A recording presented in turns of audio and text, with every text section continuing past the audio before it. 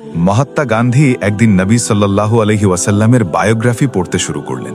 প্রথমে তিনি ভেবেছিলেন শুধু ভূমিকাটুকু পড়ে দেখি কে এই মোহাম্মদ, কিন্তু ভূমিকাটুকু পড়ার পর মহানবী সাল্লাল্লাহু আলাইহি ওয়াসাল্লামের পুরো বায়োগ্রাফি পড়ার কিউরিওসিটি বেড়ে গেল মহাত্মা গান্ধীর।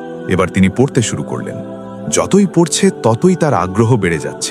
বিশ্বনবীর শৈশব, কৈশোর, যৌবন, তার বিবাহ, সমাজনীতি, রাষ্ট্রনীতি, তার মক্কা জীবন, মদিনা জীবন ইত্যাদি পড়তে পড়তে প্রথম খণ্ড শেষ করে ফেলেছিলেন। এবার তিনি দ্বিতীয় অংশটা খুঁজতে শুরু করলেন, কিন্তু বইটা কোথাও খুঁজে পাচ্ছিলেন না। ইন্ডিয়ার পুরাতন লাইব্রেরি তন্ন তন্ন করে খুঁজে অবশেষে তিনি বইটার দ্বিতীয় অংশ পেলেন।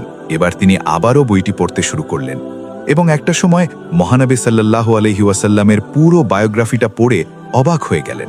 তিনি বললেন, আমি মহাত্মা গান্ধী অনেকের জীবনী পড়েছি, কিন্তু প্রফেট মোহাম্মদ সাল্লাল্লাহু আলাইহি ওয়াসাল্লামের জীবনীর মতো কোনো জীবনী পাইনি। ওনার বায়োগ্রাফিটা একটা ইউনিক, আনপ্যারালাল, ফ্যান্টাস্টিক বায়োগ্রাফি। না পড়লে জানতামই না। তখন মহাত্মা গান্ধী বললেন, Mohammad is the Superman of the world.